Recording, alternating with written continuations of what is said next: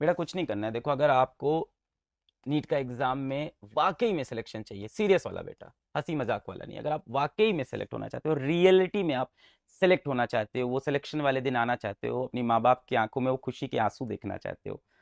दुख के आंसू तो आपने बहुत बार दिए हैं परेशान करके उनको। हम्म? और आपकी आंखों में आंसू होता है तो उनको दर्द होता है। उनको आपने तकलीफ के आंसू बहुत दिए हैं। अपने माँ बाप को रोता हुआ देखकर एक ही वक्त खुशी होती है बेटा, जिस दिन वो इसलिए रोए कि उनके बेटे ने, उनकी बिटिया ने जिंदगी में मचा दिया। उस दिन बुरा नहीं लगता बेटा।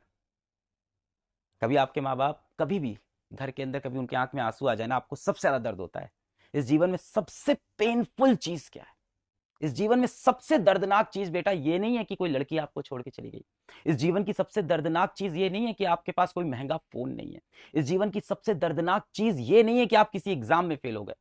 इस जीवन की सबसे दर्दनाक चीज है कि जब आप जवान हो, आपके हाथ पैर चल रहे हों और आपके माँ बाप आपकी वजह से रो रहे हो, आपके माँ बाप की आंख में आंसू हो और उसका कारण आप हो बेटा। ये सबसे दर्दनाक चीज है। पर यही चीज कभी कभी खुशी देती है, अगर ये आंसू खुशी के हो। तो माँ बाप की आंख में आंसू आए, मैं होने नहीं दूंगा, पर वो आंसू खुशी के हो तो चलेगा भाई। अगर आप चाहते हो वो मोमेंट लाइफ में क्रिएट करो बेटा, नीट एग्जाम में क्रिएट करो।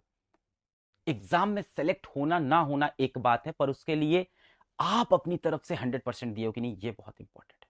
जितने बच्चों का नीट के एक बैच में हो, कोई बच्चा यहाँ पे हो सकता है ऐसा हो जो 2 बैच ले रखा हो, जेई की तैयारी भी कर रहा हो, कोई बच्चे ऐसे होंगे जो यहाँ पे बोर्ड्स की तैयारी भी कर रहे होंगे। किसी भी चीज की बेटा, आप किसी भी कॉम्पिटेटिव एग्जाम की अगर तैयारी कर रहे हो लाइफ में, और आप जहां पे भी हो आज, आप अपनी जिंदगी में, अपने इस तैयारी के सफर में कहीं पे भी हो, बस एक चीज याद रखना। हो सकता हो अभी ये सफर अच्छा नहीं चल रहा हो सकता हो अभी तक चीजें अच्छी नहीं हुई हो, आप दिन भर बैठ के उन्हीं चीजों को मत सोचो।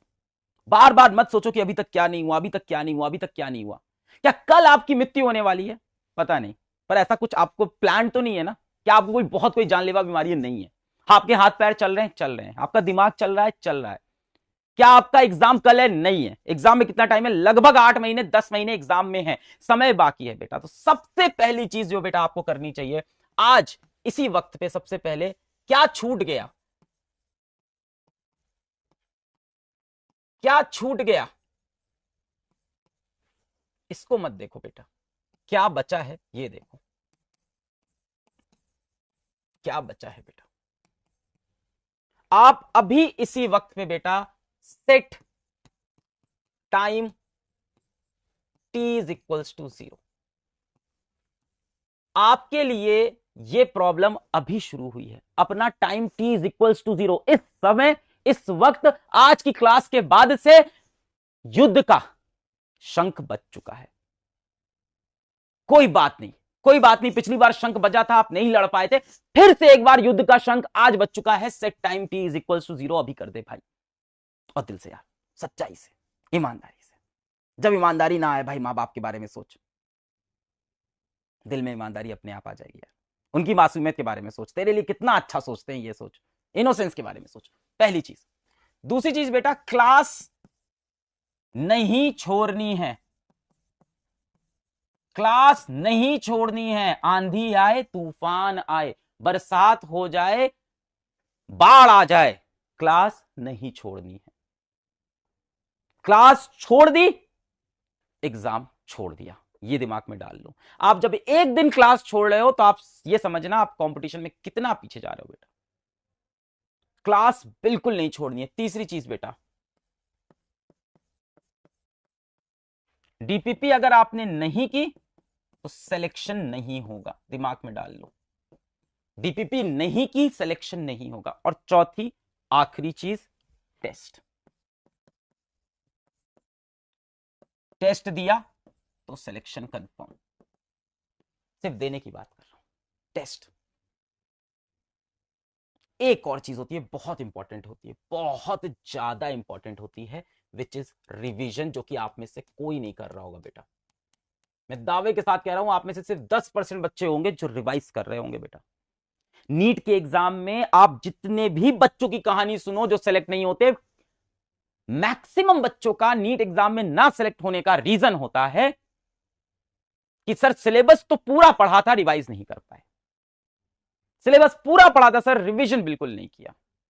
दिन का ज्यादा नहीं बेटा, दिन का 40 मिनट्स आप डिसाइड कर लो रिवीजन के लिए। 40 मिनट रिवीजन एवरी डे आपको करना है बेटा।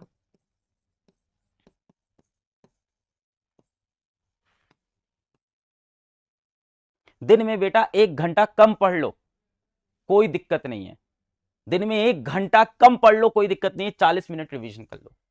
इस 40 मिनट के बदले आप सोचोगे ना कि आप 1.5 घंटे और पढ़ लो, 90 मिनट्स और पढ़ लो, उसकी जगह मतलब 90 मिनट्स की अपनी स्टडी आप छोड़ दो।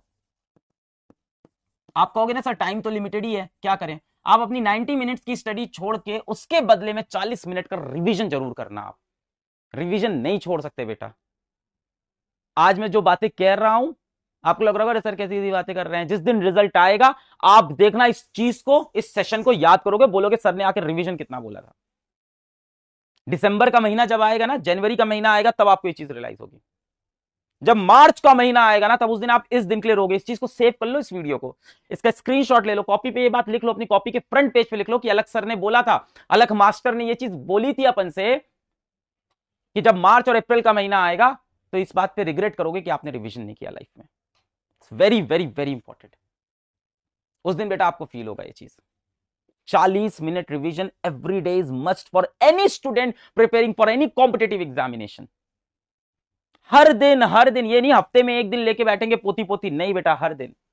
कल जो पढ़ा था उसको आज रिवाइज करेंगे, कल जो पढ़ा था उसको आज रिवाइज करेंगे, फिर एक दिन बैठेंगे पूरे हफ्ते का भी रिवीजन करेंगे। इट्स वेरी इंपॉर्टेंट बेटा।